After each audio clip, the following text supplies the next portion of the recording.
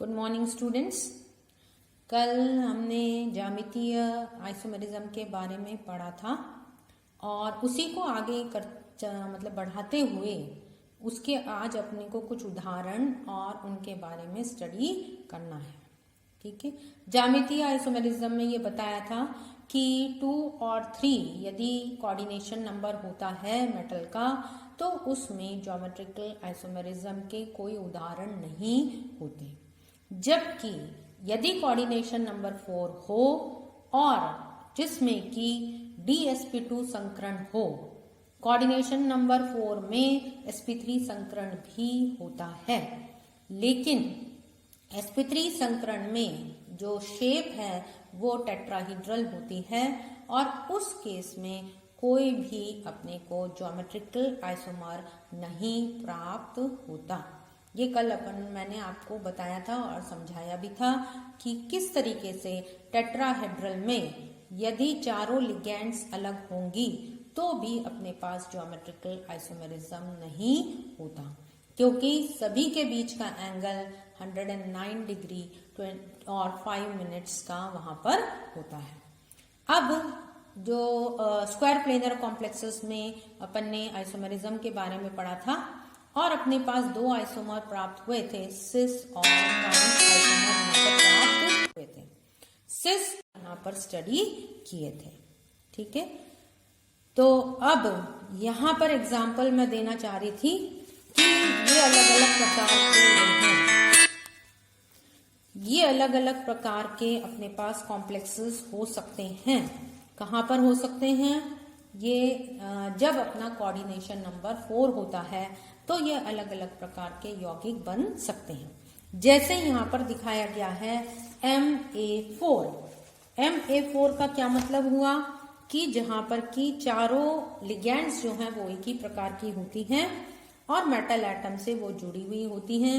इस प्रकार के स्क्वायर प्लेनर कॉम्प्लेक्स भी यदि हो तो कोई आइसोमेरिज्म या ज्योमेट्रिकल आइसोमर्स ये नहीं बनाते। इसी तरीके से Ma3b। अब यहाँ पर आप देखो A 2 तरीके की लिगेंड्स हैं, A और B, लेकिन A जो है वो 3 लिगेंड्स हैं और B जो है वो केवल 1 है।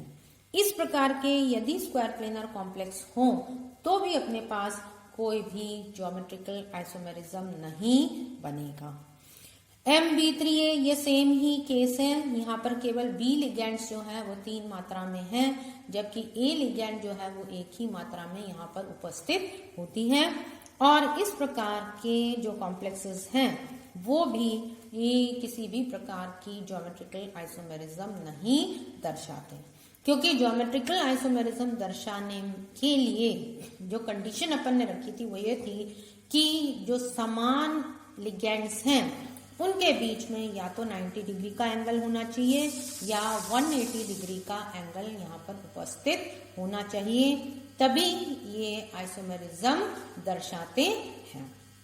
अब क्योंकि यहाँ पर A जो है या B एक ही प्रकार की लिगेंड्स हैं तो ये लिगेंड्स जो हैं समान प्रकार की लिगेंड होने के कारण इन तीनों लिगेंड के बीच में देखो किसी भी प्रकार का 90 तीनों के बराबर बीच में 90 और 90 डिग्री का एंगल होता है, इसलिए ये आइसोमेरिज्म नहीं दर्शा पाते। तो कौन से ऐसे यौगिक हैं जो कि स्क्वायर प्लेनर हैं और आइसोमेरिज्म दर्शाते हैं? ये कल अपन ने डिस्कस किया था कि ऐसे स्क्वायर प्लेनर कॉम्प्लेक्सेस जहां पर 2 एक प्रकार की लिगेंड उपस्थित हो, जैसे Ma2 और B2, इस प्रकार के यौगिक या कॉम्प्लेक्सेस जो हैं वो सिस और ट्रांस आइसोमेरिज्म दर्शाते हैं। ये एग्जांपल दे रखा है, जैसे प्लैटिनम का PtCl2NH3। अगर Cl और Cl के बीच में 90 डिग्री का एंगल उपस्थित है तो ये सिस आइसोमर है, और यदि Cl और Cl के बीच में 180 डिग्री का एंगल है तो ये ट्रांस आइसोमर कहलाता है। तो इसलिए ये जो है स्क्वायर प्लेनर कॉम्प्लेक्सेस सिस और ट्रांस आइसोमेरिज्म दर्शाते हैं। अब दूसरा जो कॉम्प्लेक्स अपने को पढ़ना है वो ये है, नेक्स्ट जो कॉम्प्लेक्स वो है MABCD। इसका मतलब क्या हुआ? इसका मतलब ये हुआ कि जितनी भी लिगेंड्स मेटल के चारों तरफ उपस्थित हैं कौन से कॉम्प्लेक्स में? स्क्वायर प्लेनर कॉम्प्लेक्स में ये चारों लिगेंड अलग अलग प्रकार की होती हैं। अब इसमें अपन कैसे आइसोमेरिज्म दर्शा सकते हैं? इसमें अपने को क्या करना है, एक लिगेंड जो है उसको कांस्टेंट रखना है। कांस्टेंट का मतलब क्या है? उसका स्थान अपन परिवर्तित नहीं करेंगे। जैसे यहाँ पर जब A है तो A को अपन ने उसका स्थान वहीं का वहीं रख दिया। NH3 मैंने लिया है और NH3 का स्थान यहीं का यहीं रख दिया। अब इसके सापेक्ष में दूसरी जो लिगेंड्स हैं उनके स्थान अपन परिवर्तित करते रहेंगे। जैसे MABCD लिखा है, A को कांस्टेंट अपन ने कर दिया या A का स्थान अपन ने निर्धारित कर दिया, तो एक कॉम्प्लेक्स अपना बन सकता है जहां A यहाँ है और B यहाँ है। तो ये 180 डिग्री का एंगल बन गया किस किस के बीच में? A और B के बीच में, जो कि इस कॉम्प्लेक्स में एग्जाम्पल अपन ने लिया है। अब इसका उदाहरण ये लिया तो प्लैटिनम बीच में आ गया मेटल, अमोनिया, क्लोराइड, ब्रोमाइड और पिरिडीन, ये चार अलग अलग प्रकार की अपन ने लिगेंड्स यहाँ पर ले ली। अब इसका स्थान तो निर्धारित कर दिया और इस अमोनिया के संदर्भ में पहली कौन सी लिगेंड है? Br, तो ये ट्रांस इसका बन गया। अब इस Br को इधर करके पिरिडीन आपने यहाँ ले लिया या क्लोरो ले लिया, यहाँ क्लोराइड लिया जैसे मैंने, तो अब अमोनिया के साथ ये वाला जो है ये ट्रांस बन गया और थर्ड वाले में पिरिडीन ले लिया तो अमोनिया के साथ ये ट्रांस बन गया। तो कितने आइसोमर्स बन गए? MABCD टाइप ऑफ कॉम्प्लेक्स अगर उपस्थित है तो अपने पास 3 आइसोमेरिक फॉर्म्स हो सकते हैं, जिसमें एक लिगेंड का स्थान अपन कांस्टेंट कर देते हैं या कोई परिवर्तित नहीं करते हैं और बाकी सारे जो स्थान हैं वो अपन परिवर्तित कर देते हैं। तो स्क्वायर प्लेनर कॉम्प्लेक्स में इस प्रकार के कॉम्प्लेक्सेस भी 3 आइसोमेरिक फॉर्म में उपस्थित रहते हैं। अब इसी प्रकार MA2BC, यहां पर भी समन्वय संख्या कितनी है? 4, 2 A के, 1 B का और 1 C का। जहां पर समान लिगेंड्स आ जाती हैं, 2 समान लिगेंड्स आ जाती हैं, तो पहले भी आपने ये देख रखा है कि वो दोनों समान लिगेंड्स सिस और ट्रांस दोनों फॉर्म में उपस्थित हो सकती हैं। तो इसी प्रकार यहाँ पर यदि A2 और BC इस प्रकार का यदि कोई कॉम्प्लेक्स हो जहां पर कि समान लिगेंड उपस्थित है 2, तो यहाँ पर ये देखिए MAA, AA का मतलब क्या हुआ? 90 डिग्री का angle, adjacent to each other, और जब ये 90 डिग्री का एंगल और एडजेसेंट टू ईच अदर है तो ये सिस फॉर्म यहाँ पर प्रेजेंट होता है।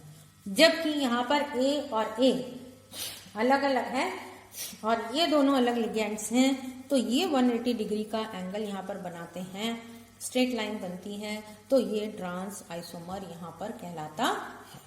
तो इस प्रकार के कॉम्प्लेक्सेस भी सिस और ट्रांस आइसोमेरिक फॉर्म में उपस्थित रह सकते हैं। इसका एग्जाम्पल मैंने लिया है palladium, chloro, bromo, 2 chloride ligands है, 1 ब्रोमो और 1 आयोडो। यदि क्लोराइड दोनों एक साथ उपस्थित हैं तो ये सिस फॉर्म है, यदि Cl दोनों अपोजिट हैं तो ये ट्रांस फॉर्म यहाँ पर प्राप्त होता है। ये अपनी जो एग्जाम्पल्स अभी तक डिस्कस किए थे ये सारे के सारे मोनोडेंटेड लिगेंड के लिए अपन ने एक्सप्लेन किए। अब यहाँ पर बाइडेंटेड लिगेंड, ये तो अपन ने पढ़ रखा है। बाइडेंटेड लिगेंड का मतलब क्या है? लिगेंड में 2 डोनर एटम्स उपस्थित होते हैं और वो मेटल एटम के साथ बंध बनाते हैं। अगर सिंपल वे में अपन इनको देखें तो ये इस प्रकार होगा M और ये हो गया A और ये लिगेंड B। ये पूरी लिगेंड है A और B, इसके बीच में कोई भी ग्रुप्स भी उपस्थित हो सकते हैं, लेकिन एक डोनर एटम A है और दूसरा डोनर एटम B है। तो इस प्रकार की लिगेंड्स जो हैं वो बाइडेंटेड लिगेंड्स कहलाती हैं। अब बाइडेंटेड लिगेंड्स में भी अपने पास सिस और ट्रांस आइसोमेरिक फॉर्म्स का फॉर्मेशन होता है और इस प्रकार के कॉम्प्लेक्सेस भी अपने पास उपस्थित होते हैं। जैसे यहाँ पर एग्जाम्पल ले रखा है प्लैटिनम का, और ये जो अपन ने लिया हुआ है ये NH2 CH2 CO CH2 glycine complex यहाँ पर ले रखा है अपन ने। तो यहाँ पर NH2 और CH2, यहाँ पर भी NH2 और CH2 और O के साथ ये बॉन्ड है।